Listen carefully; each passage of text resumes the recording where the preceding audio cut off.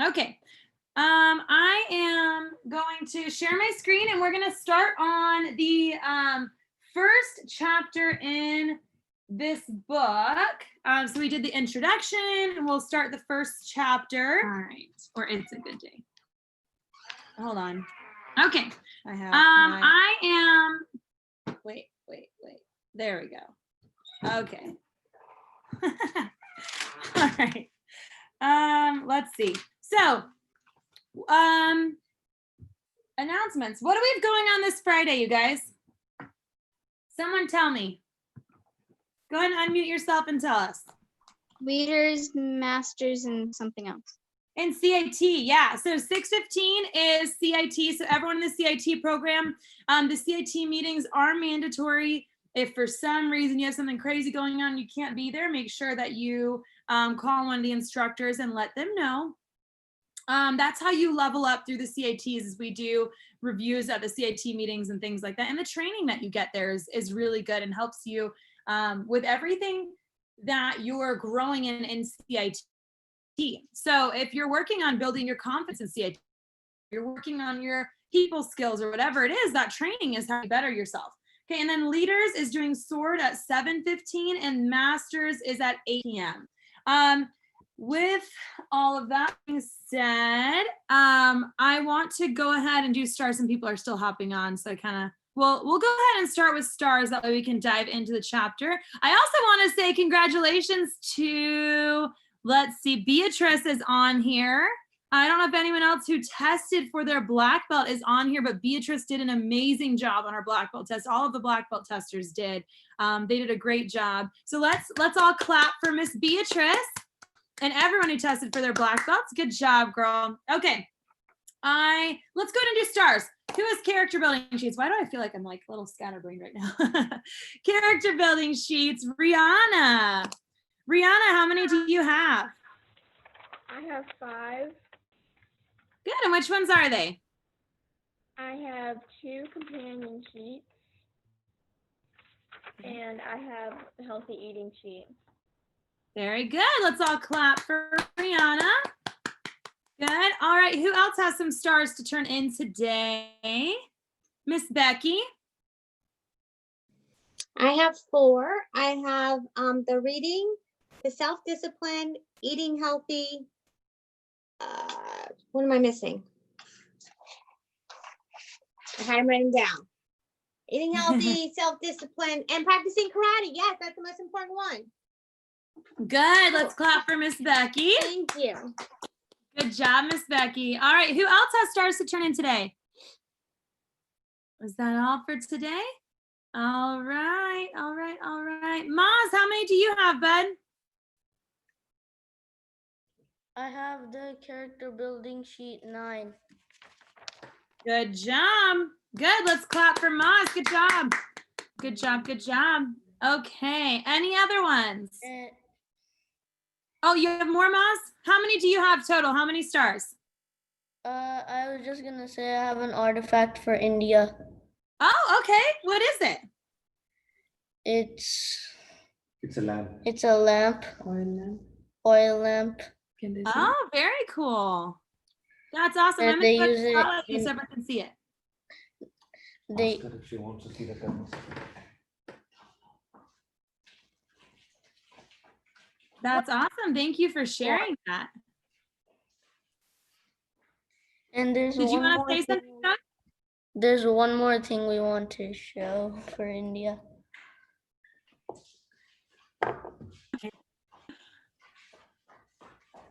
Sounds good. I think we are in it. India this week. We are practicing yoga, and if you guys bring in artifacts. Oh, awesome.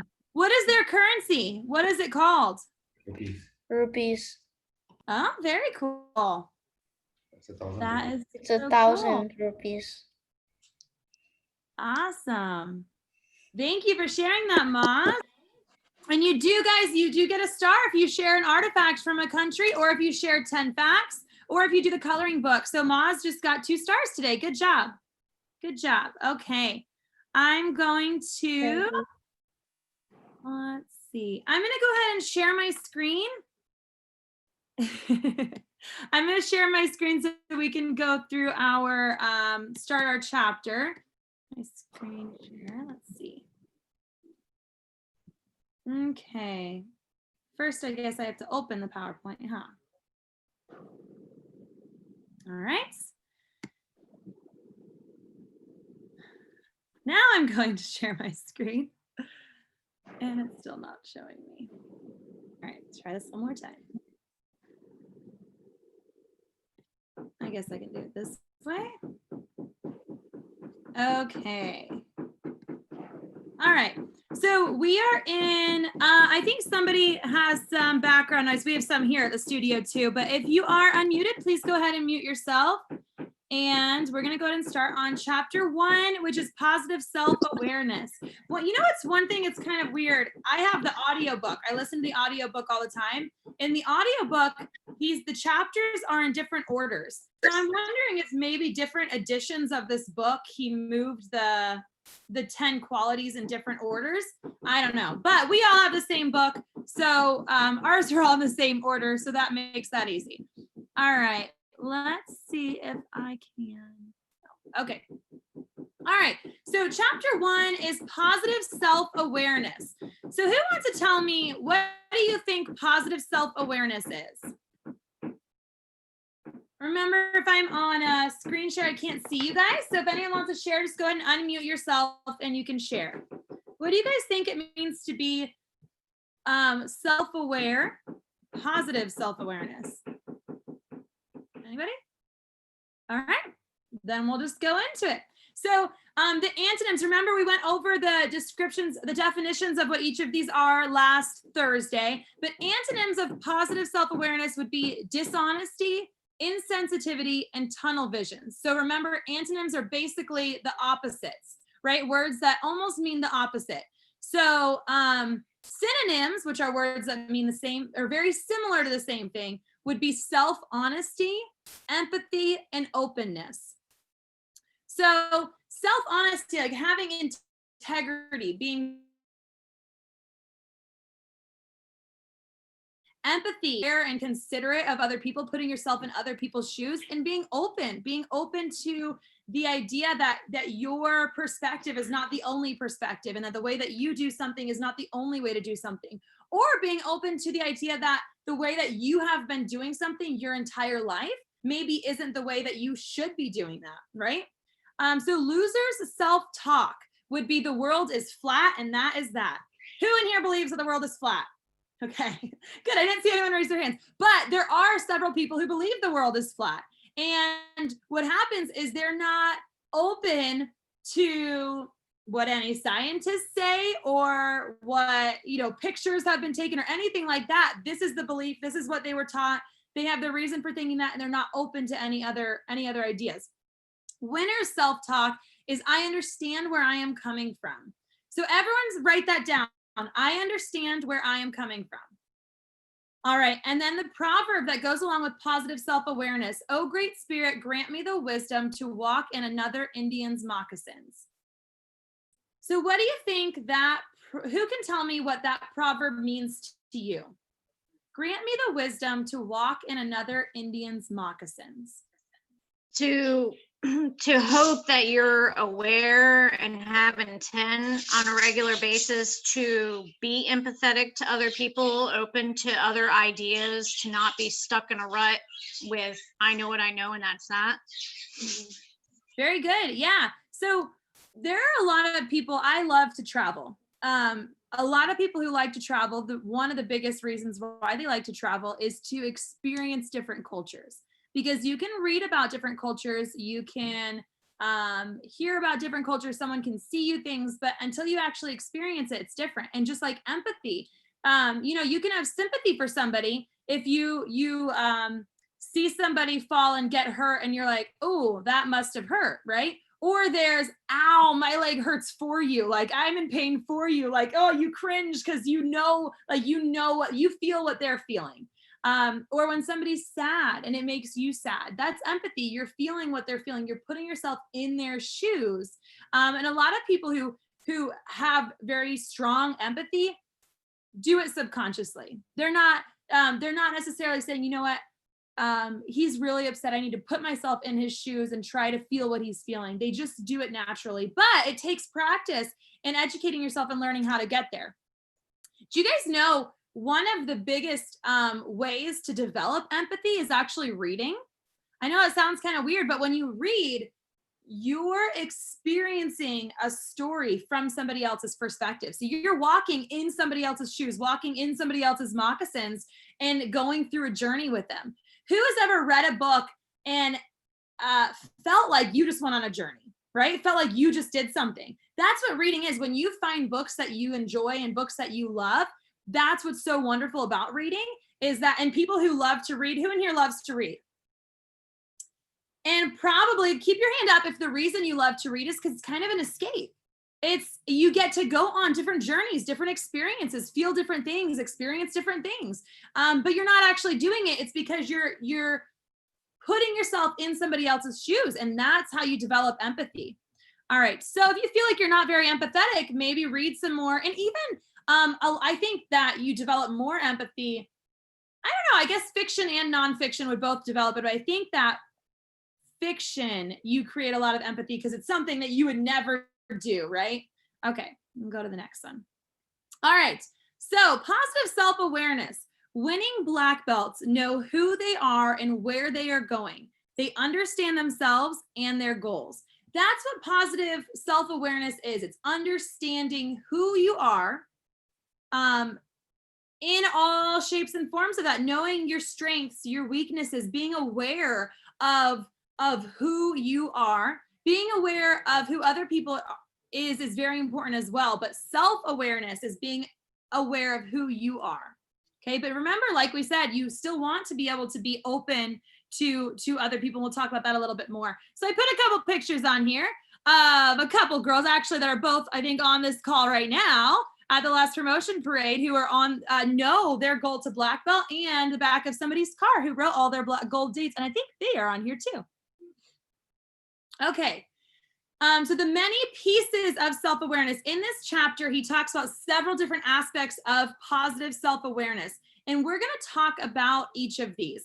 I put a little bit of notes in here, so I might see if I can see my notes. I think there's a way to do it. No, I don't want subtitles. I don't want that. But let's see if I can see my notes. Maybe. Yeah, okay. Now you guys can see all of my notes too, huh? But that's okay. Okay, so the first one, actually this is kind of confusing.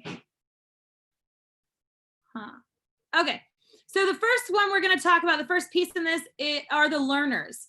All right, so winners are more aware. They're well aware of how little they really know about anything in the world, and that what they do know is shaded by their own heredity and environment. So by that, who thinks they know everything there is to know? Who thinks there is any one subject that you know everything there is to know about? No, nobody. And that's a big part of self-awareness, is being aware that you have room to grow. You have room to learn in every area. And this is one of the things that, one of the weaknesses a lot of black belts have. A lot of people achieve their black belt and then they quit training because they're like, oh, I got my goal. I've already mastered Tong Soo Do. I'm good to go. And you really don't. And that's one of the pieces they miss, is that self-awareness, that they are just getting started. They know the fundamentals, they know the basics, and there's so much more room to grow from there. Just like when you guys graduate high school, raise your hand if you think that after you graduate high school, there's no more learning to do for the rest of your life. There is so much, that you'll learn every day and every experience that you go through for the rest of your life. And you have to be self-aware to know that you will always be learning, right? And if you read the studies, I wish I had them memorized, but they're like one in, it's like really high. It's like a really high percentage of people that have not read a book since they graduated high school, or even have never opened a book since graduating college. And that's college graduates who just are choosing not to read. And it's insane to me, but it's because a lot of people lack the self-awareness, but we don't. We are all martial artists, so we are very self-aware. And so we know that we always, no matter where we are in life, no matter how long we've been learning something or practicing something or experiencing something, there's always more to learn. And that's a big thing with parents. There's this idea that as parents, you know, once you have one child, you've learned how to parent, but there is no learned how to parent. There's constantly more learning and growing and developing to do, right? Just like with martial arts, just like with school, just like with your knowledge of science or culture or whatever you want to have an understanding in, there's always more room to grow. Okay, the next section we'll talk about is self-honesty. So winners can look in a mirror and see what lies behind their own eyes. You are a winner when you think, when what you think, how you feel, and what you do are consistent. This is a big one. So self-honesty sounds a lot like integrity to me, right? And that's a word that we are all familiar with, especially right now, right? Who knows what integrity is? Good, everyone should. And the biggest thing is honesty and being true to yourself. And being true to yourself can have a lot of different meanings, but this is a really good way to explain it. When what you think, how you feel, and what you do are the same, right? So actions speak louder than words. Who's heard that saying before? Actions speak louder than words. Who believes that? Actions speak louder than words. Someone can say, I'm your friend, but then if they lie to you and they steal from you and they talk bad about you behind your back, do you think they're really your friend? No. We can say, I want to be a black belt. Well, we can say I'm going to be a black belt, but if we don't go to class, if we don't practice, if we don't try to get better, are we ever going to be a black belt? No. So what you say and what you do can be very different. Just like with our morals and our values, we can say that we are honest. We can say that we would never steal. We can say that we are dependable, that we are trustworthy, but what we do needs to be congruent with the morals that we want to have. And the same thing with what you think, right? If you think that you are a very honest, trustworthy person, but you think about stealing and doing things like that, you've got to work on your core values. So when what you think, how you feel, and what you do are all congruent, are all consistent, are all on the same track, that's when you have self-honesty. That's when you have integrity. And that's when you are a winner. And you see that. And instructors can see that. You guys as students have seen other kids in karate class who try really hard in class. And they say, instead of just saying, I'm going to go to class and I'm going to do my best, they actually do. They get out there and they do their very best. And that's how you improve. That's how people succeed. All right, the next section is being sensitive. Okay, so winners are sensitive. They are more tuned in and more turned on than others around. They don't need drugs or external stimulants to make life a happening. They turn on naturally. Losers become hardened, cold, and closed to new ideas and new opportunities. Losers are narrow-minded human beings. Okay, so let's talk about what he means by being sensitive. He doesn't mean that you cry about every single thing that happens, or that's not necessarily what he means by being sensitive. But you're aware. Self-awareness is what we're talking about, right? So you're and it's not just your emotions, but part of it is your emotions, right? You get excited about the good things. You get inspired by motivating things. You get you're aware and sensitive. I don't know another way to say that. You really feel deeply everything that happens. And so and again, not just your feelings and not just something that happens to you, but the things that are happening around you.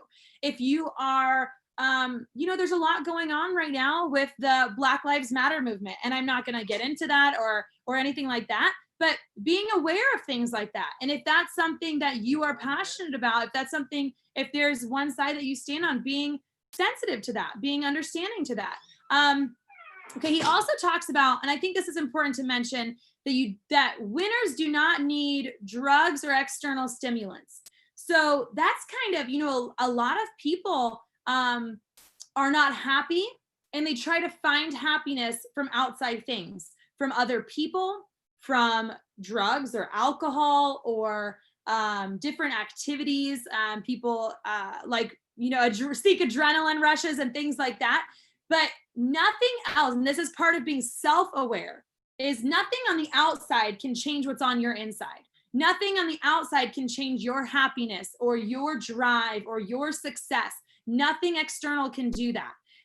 That's all internal. So winners know that, and they know that they don't need alcohol or drugs or things like that to succeed or to be happy or to feel good or things like that. They understand that exercise is going to make you feel good. Having a routine, working really hard, and achieving goals are going to make you feel good. Does anyone want to add anything to this one, being sensitive? Because I don't know if I necessarily explained that sensitivity very well. Anyone want to add anything to that? Well, can it also be sensitive to what's going on around you, like the situation, the people around you, because you would behave in a different way in certain situations and with certain people? Does that include? Yeah. Well, like, look at these notes are quotes out of the book.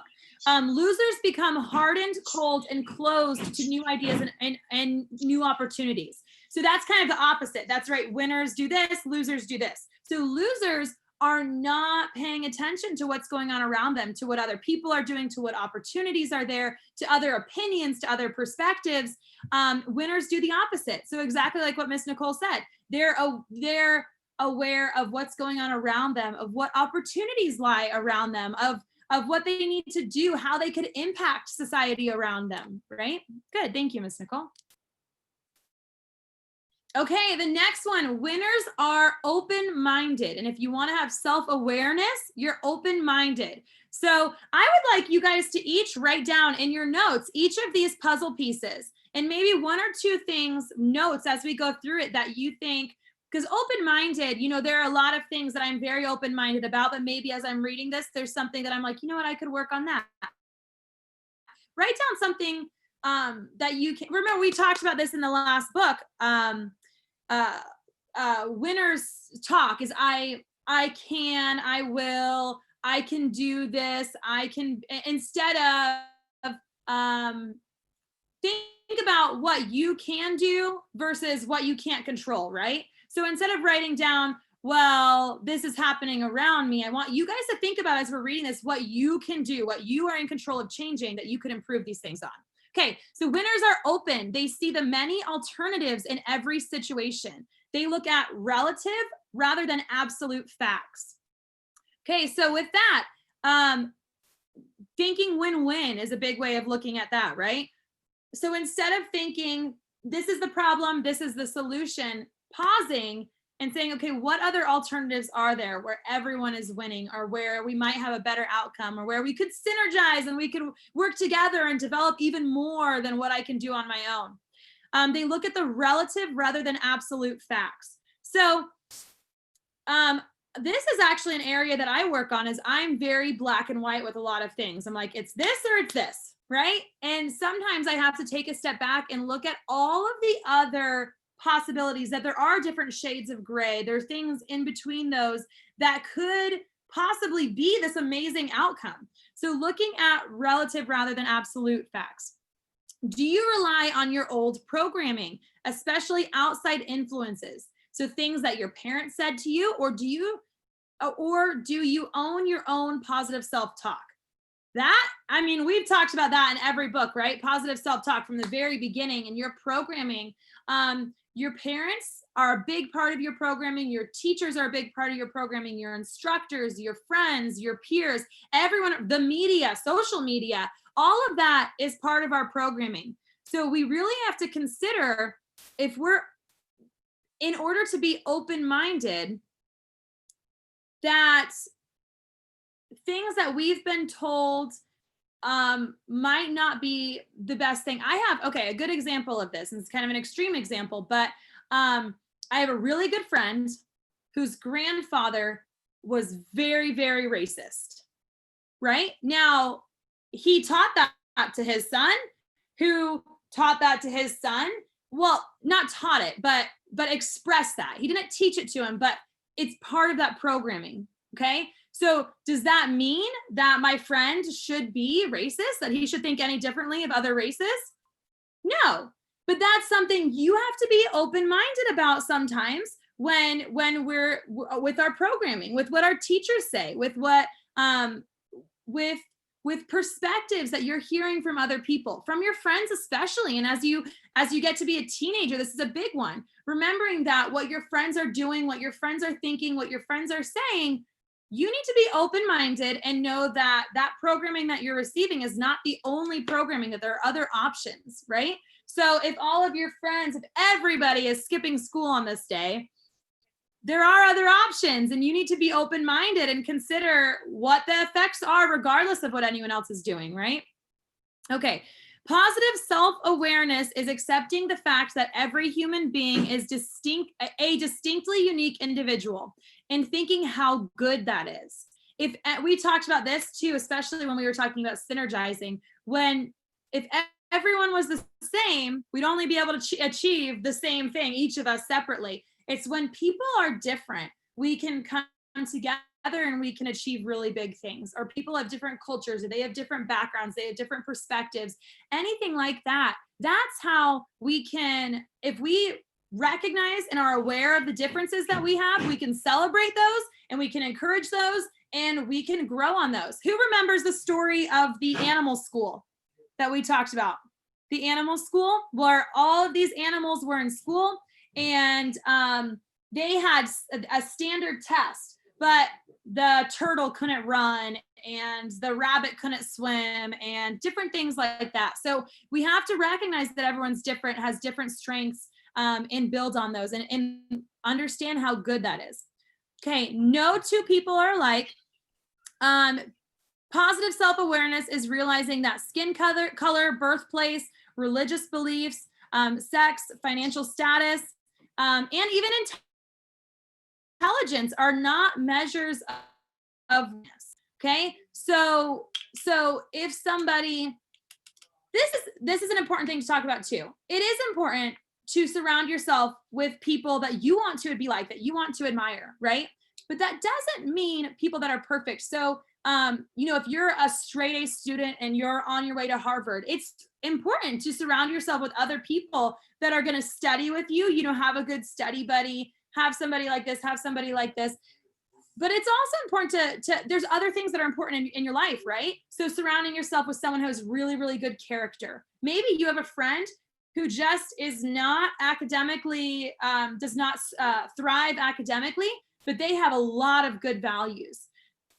So it's important to recognize, again, people are different and everybody has things that we can learn from. I have friends that I admire because they're great moms. I have friends that I admire because they're great martial artists. I have friends I admire because they're really successful. I have friends I admire because they're really kind.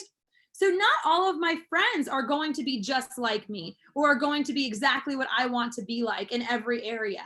But everyone, if you looked at anyone, I bet you could find something you really admire about them. Okay. So people who are self-aware are accepting and empathetic. Accepting and empathetic. We've talked about empathy a little bit already. All right, the ability to accept the fact that everyone is unique and to be able to understand another person's point of view as if you were that person is the definition of empathy, which is feeling with someone else. Okay, and it's a little bit different than sympathy. I already mentioned that. All right, so empathy is watching a marathon runner and having your legs hurt. So genuinely feeling what they're feeling. Okay, so ask yourselves, how would I like to have a mother like me, a son like me, a friend like me? How would I like to have an employee like me if I were my manager? How would I like to have a manager like me if I'm an employee? How would I like to have a cousin like me? So sometimes we try to impose our feelings, likes, and passions on others. So as brothers or sisters or any of those roles, what can you do to be more empathetic and aware? I want everyone to write down one thing, one role you have in your life. Maybe it's a parent, maybe it's a son, a daughter, a sister, a brother, cousin, a student, How would you like to have a student like you if you were an instructor? How would you like to have it if you're in CIT? How would you like to have an instructor like you if you were a student? So write down one role you have in your life right now and one thing that you could do to be more empathetic. Okay, so putting yourself in the other person's shoes, looking at what you're doing. We talked about this a little bit in that last book. We did an exercise that was along these lines. Okay. Does anyone want to share one of theirs? One of their roles? I know that's a personal thing. You guys don't have to if you don't want to. Go ahead. If you, Miss Nicole, I see your hand up. Okay, so my husband and I are on such different planes of existence. It's ridiculous. Sometimes it's like, how are we even married? So I could definitely try. I mean, and I've been doing this for 15 years now, but still I could do my best and even better to understand more where he's coming from and why he's thinking certain things, because he and I do not think the same at all. So that's a continuous struggle. Yeah, and it makes it harder to be empathetic when someone is different than you, but you guys recognize that you guys are different, and that's why it works. You guys see each other's strengths, and that works. So yeah, that's a really good one. I didn't even mention marriages, but that's a really important time to be empathetic, because it's so easy when you're in a marriage or in a all of these things that I mentioned are different types of relationships, right? It's very easy when you're in a close relationship to see your perspective and be like, why don't they think this? Why don't they see what I'm seeing right now? And they can't, because they're not you. And even if they are understanding, they're not seeing it the same way. So if you are in a friendship or you have a sibling who is very empathetic, if you're in a relationship with someone who's very empathetic for you, sometimes it's hard to be empathetic for them because you don't recognize that you need to be. So that's a really good one. Does anybody else want to share one way they could be more empathetic in one of their relationships? I did, ma'am. Okay, go ahead. One of my roles I put for a student because I'm in high school right now. And one of the ways I could be a little bit more empathetic is with my other peers, understanding that people learn a different way. So when people ask me questions, it's not to annoy me, or sometimes it's generally because they just don't understand, and that I could be more empathetic and help them. Good. That's a good one. Good. All right. Our next puzzle piece of self-awareness is accepting and having mental toughness. Having mental toughness. So winners develop mental toughness, which we commonly refer to as strength of character. Losers in life overreact to what is happening. Like, I like that analogy too, like cave dwellers. We learned about this in our last book. We talked about that and how our programming can be changed, where we aren't stressed by things. So little things, and I'm going to skip that. And we accept and welcome challenges and look forward to conquering tasks. Okay, so mental toughness does not mean that you are so tough you never have feelings, right? That you're never sad, that you're never mad, that you're never upset. But it is understanding that if I am karate class, the perfect example. If you're in a karate class and you get corrected, it's a good class. You're learning something, right? Now, people can have different attitudes about that. That's the attitude black belts have. If you ask a group of black belts if they like being criticized, well, if you said, do you like being criticized? They'd say no. But if you ask them, do you like being corrected in class? Every black belt's going to say yes, because they are self-aware and they have an understanding that I have room to learn. The way for me to learn is to be corrected, and for someone who knows something I don't to tell me and for me to fix it. So what they do, if they get corrected, they might feel like, oh man, I was doing it wrong. And they're like, oh shucks. But then they move on and they learn from it and they change their attitude. Now, you see this in lower ranking students who aren't self-aware yet, maybe. When they get corrected, they shut down for the rest of class, right? And you see that in school. Who's ever seen somebody in your school maybe get in trouble and they pout for the rest of the day? When really, if they just said, yes, ma'am, and moved on, they could change their entire mood. We talked about this a lot in our first book, what to say when you talk to yourself, a lot about if bad days. if one little bad thing happens, it does not make your bad day bad.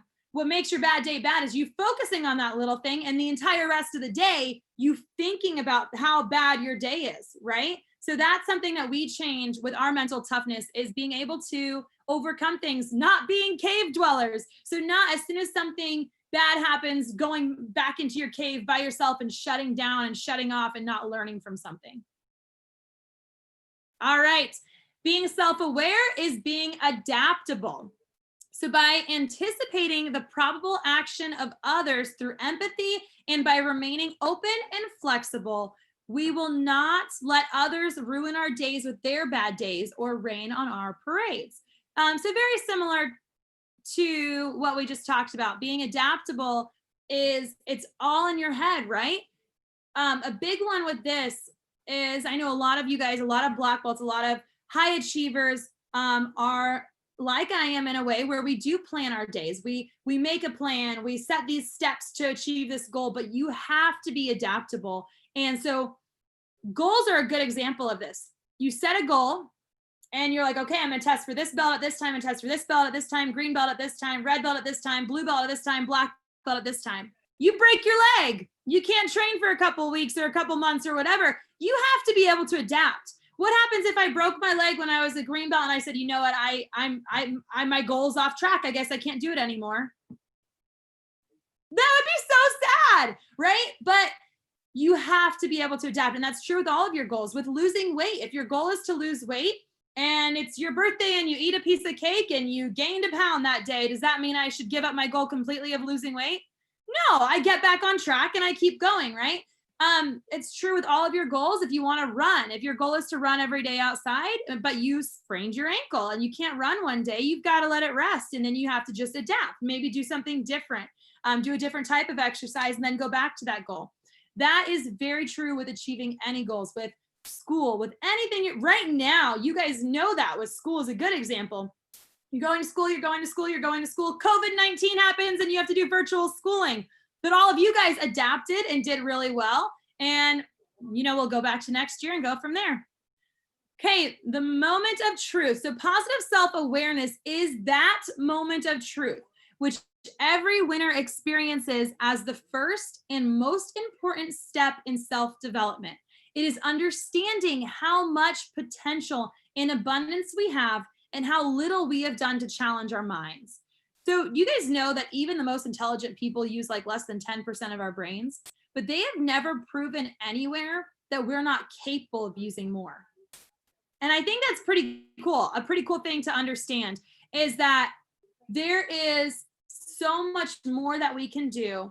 And we are the ones who put those limits on ourselves in any of our goals. And that's what positive self-awareness is, understanding how much you could do and how much you could achieve and how much you could grow, how much better you could be, and being okay with that and accepting that and not saying, oh, I suck because I'm not perfect at this, but knowing, you know, I'm really good at this, but I have this, I could grow and I could be even better, right? All right. Last slide is your homework for today. So 1, I want you to think of how others look at you, how other people see you objectively. Look at yourself through other people's eyes. So kind of what we did earlier, putting yourself in somebody else's shoes and looking at yourself. Imagine what they would say about you if they had to get up in front of a group of people. So I want you to write down the first. So if I asked someone to stand up and say 3 things about myself, what would I think they would say? So I want you to write down the first 3 things you would think that would come to their mind. Okay, the second part is, think about your sisters, your brothers, your moms, your dads, your spouses, your friends. What could you do for them today that would show empathy? Okay, so we asked, and Miss Nicole shared on that, and Beatrice shared on a way that she could show empathy. I want you guys to tell me one thing you could do today to show empathy. Now, if you do it, if you actually do that, it's even better. But every single person is gonna share this tomorrow. Tomorrow when we get on Mat Chat, everyone is going to share the homework. So make sure you know what you're doing, write it down. Write down 3 things that somebody else would say about you and one way that you could show somebody empathy today. Okay, and that is it. If you guys have any questions, I'll hang out for a minute. Otherwise, I hope you guys have a wonderful Tuesday, and I will see you guys tomorrow. Bye, everybody. If you have a question, go ahead and unmute yourself and ask. Bye, Miss Rachel. Goodbye. Bye. Miss Rachel, it was the back of our car. Yeah, I know. I figured you guys were all on today.